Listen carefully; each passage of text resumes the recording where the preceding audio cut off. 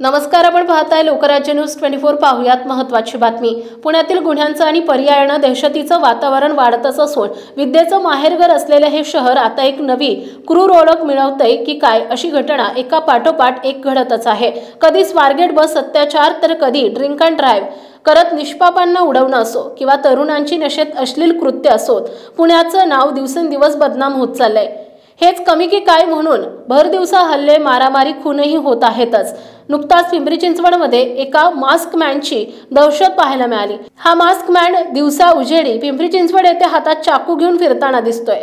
शहरातील लोकांमध्ये दहशत निर्माण करण्यासाठी या मास्क मॅनने धारदार चाकू हातात घेतलाय। मास्क मॅन गुन्हेगारानं चेहऱ्यावर मास्क घालून आपली ओळख लपवण्याचा प्रयत्न केलाय, तसेच हातात धारदार चाकू घेऊन वावरत असल्यानं रस्त्यावरून ये जा करणाऱ्या नागरिकांच्या मनामध्ये मास्क मॅनची मोठी दहशत निर्माण झाली आहे। आता या हातात चाकू घेऊन पिंपरी चिंचवड शहरात वावरणाऱ्या मास्क मॅनच्या मुसक्या पिंपरी चिंचवड पोलीस कधी आवळणार याकडे सगळ्यांचं लक्ष लागून आहे।